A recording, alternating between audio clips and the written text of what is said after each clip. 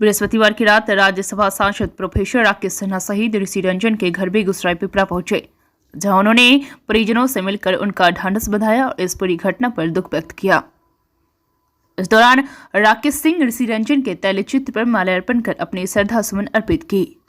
इस दौरान राकेश सिन्हा ने कहा कि ऋषि कुमार की शहादत बहुत ही असामान्य है, बहुत ही कम आयु में वीरगति पाए हैं। सिर्फ वीरगति पाना ही नहीं, उन्होंने एक संदेश दिया है। देश की शांति के लिए, देश के लोगों के लिए उन्होंने अपना जीवन दान दिया है। लेकिन यह कहकर संतोष नहीं करना होगा, हमें सुनिश्चित करना होगा कि सेना में जो लोग भर्ती होते हैं वह भी एक पिता के पुत्र हैं, वह भी किसी पत्नी के पति एवं किसी बच्चे के पिता हैं और एक माँ के बच्चे हैं। उनकी सुरक्षा को सुनिश्चित करना होगा।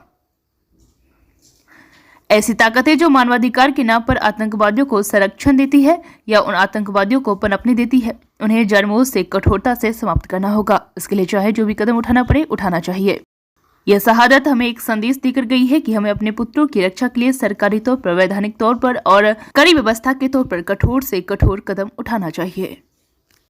बीएनपी न्यूज के लिए संवाददाता अवधेश कुमार की रिपोर्ट।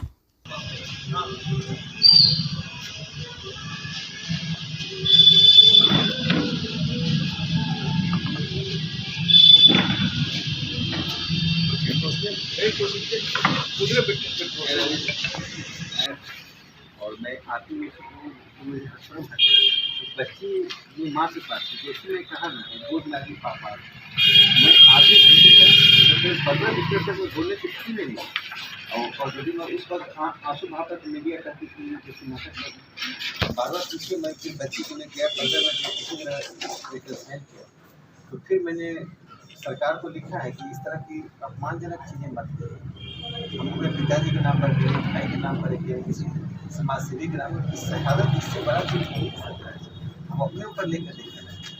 तो अभी एक रास्ता निकला संजय जी, उन्होंने कहा कि आप एक गेट का निर्माण कर सकते हैं, लेकिन आपने इस देश को बहुत चीज़ लोगों को वापस नहीं आए, बहुत लोगों ने आपकी ऋषि देखी।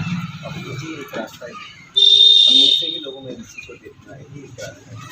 और जो भी संभव होगा मैं दर्शन के संपर्क में रहूँगा और जो भी मुझसे होगा मैं करूँगा।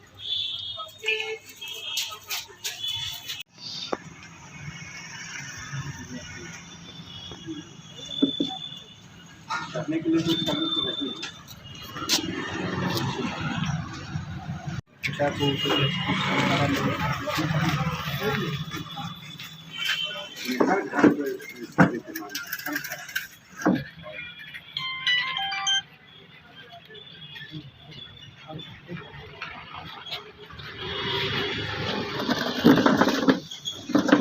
आग्रह किए थे ये गेट के मुझे आग्रह किया गया, तो मुझे लगा कि उसमें औपचारिकता चाहिए।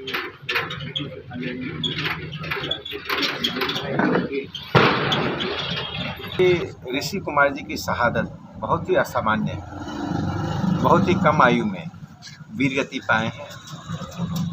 सिर्फ वीरगति पाना ही नहीं, उन्होंने एक संदेश भी दिया है कि देश की शांति के लिए, देश के लोगों के लिए वो उन्होंने अपना जीवन दान दिया है। लेकिन यह कहकर संतोष नहीं करना होगा, हमें सुनिश्चित करना पड़ेगा कि सेना में जो लोग भर्ती होते हैं वे देश के, वे भी पिता के पुत्र हैं, वे भी किसी पत्नी के पति हैं, वे भी किसी पुत्र के पिता हैं, माँ के बच्चे हैं।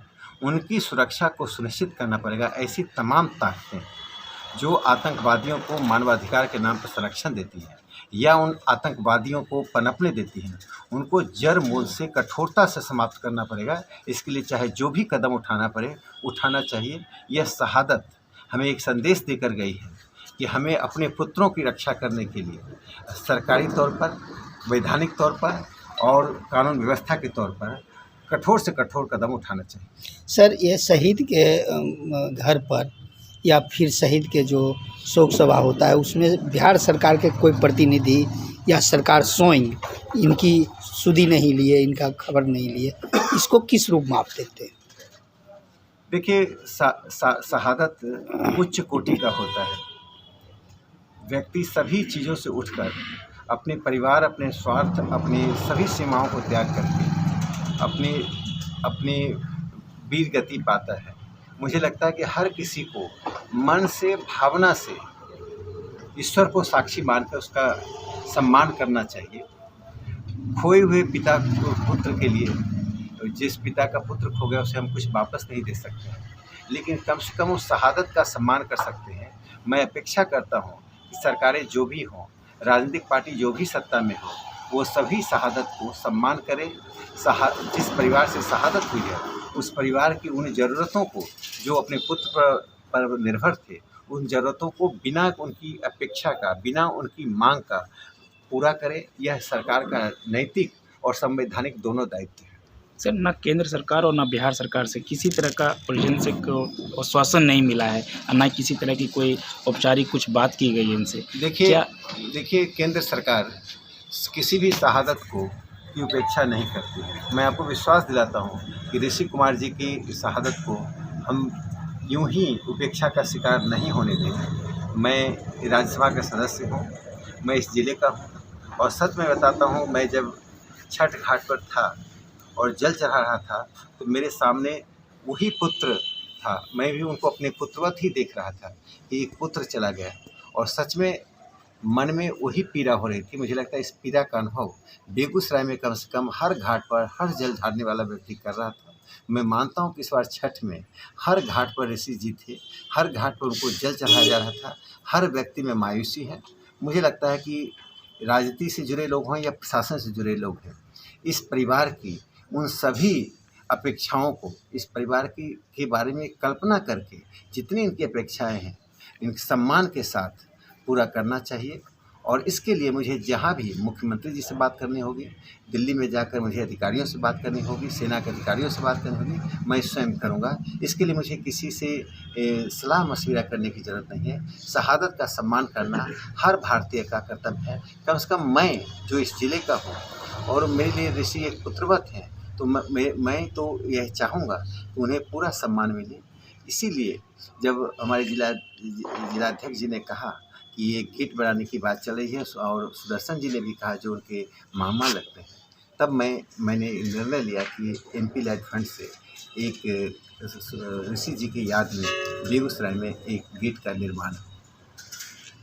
और मैंने महंत जी से भी बात की है दुलारपुर के, और मैंने जब आर्मी के कुछ जवान जो ऋषि जी के प्रति इतनी भावनात्मक जुड़े हुए हैं और बहुत उत्तेजना में भी है, भावना भी है, उत्तेजना भी है, सहानुभूति भी है, क्रोध भी है, उन्होंने जब ये अपील की कि कुछ ज़मीन की आवश्यकता है जिसमें ऋषि जी की याद में कुछ ऐसी चीज़ बनाई जाए जो उनकी याद को संजो कर रखे, आगे आने वाली पीढ़ी को प्रेरणा दे, तो आज मैं दुलारपुर के महंत जी से ये अपेक्षा की और अपील की, तो उन्होंने सतही तौर पर भी कहा है कि वे 10 कट्ठा ज़मीन देंगे। मुझे उम्मीद है कि हमारी आगे के संवाद में इस बात को वे बनाए रखेंगे, और जो भी होगा हम ऋषि जी की याद में बेगूसराय में, देश में वह सब काम करेंगे जो एक शहादत को सम्मान देने के लिए किया जाता है। एक और लास्ट सवाल सर, अभी घोषणा होकर के कुछ समय, देखिए मैं बाकी बातें नहीं जानता हूँ, और मैं इसमें शहादत के मामले में किसी प्रकार की राजनीति को नहीं आने देता हूँ। मैंने स्वयं पिंटू जी की बच्ची के लिए 1 लाख रुपये दिया था कि उनकी कुछ शिक्षा की व्यवस्था हो जाए, और वो मेरा निजी पैसा था। और एक लाइब्रेरी बनाया गया जो उनके नाम पर समर्पित किया जाएगा। चूँकि कुछ ऐसे प्रावधान हैं, किसी व्यक्ति के नाम पर MP लैड फंड से आप कोई संस्थान का निर्माण नहीं कर सकते, लेकिन उसका एक रास्ता निकला कि लाइब्रेरी बनने के बाद वो शहीद पिंटू जी के नाम पर ही होगा। तो देखिए इन मामलों में एक नैतिकता होती है, एक संवेदनशीलता होती है। नैतिकता और संवेदनशीलता के आधार पर ही काम किया जाता है, इसमें कोई बाध्यता नहीं होती है। मुझे लगता है इन दोनों बातों के आधार पर ही राजनीतिज्ञों को, राजनेताओं को, राजसत्ता में बैठे हुए लोगों को काम करना चाहिए। स्थानीय लोगों का एक कहना भी है कि पिंटू जी जब शहीद हुआ था तो वहाँ CM पहुँचे, आखिर यहाँ में क्या ऐसी परिस्थिति होगी जो CM नहीं आ पाए? यह तो मुख्यमंत्री जी ही बता सकते हैं, ये सवाल उनसे पूछा जाना चाहिए। मैं यह चाहता हूँ कि मुख्यमंत्री जी यहाँ आएँ और मंत्रिमंडल के अन्य सदस्य भी आए। मैं जानता हूँ उससे ऋषि कुमार जी वापस नहीं आएंगे, लेकिन शहादत का सम्मान नहीं मिले, यह जनता में गलत संदेश जाएगा। हम अपने बेटे बेटियों को सेना में सिर्फ इसलिए नहीं भेजते हैं कि वो नौकरी करें। जब हम सेना में भेजते हैं तो हमें मालूम होता है कि उसमें जोखिम क्या है। जब टेलीफोन की घंटी बजती है किसी सैनिक के घर पे, उस टेलीफोन को उठाने में डर लगता है कि पता नहीं क्या संदेश आ रहा है, क्या समाचार आ रहा है। हम दिन प्रतिदिन जोखिम भरे हुए दिन बिताते हैं। ऐसी स्थिति में इनके शहादत का सम्मान करेंगे और मुझे लगता है कि ज़रूर मुख्यमंत्री यहाँ आएंगे और ऋषि कुमार जी को श्रद्धांजलि देंगे। मेरी ऐसी अपेक्षा है, ऐसी उम्मीद है और ऐसी आशा भी है। Thank you.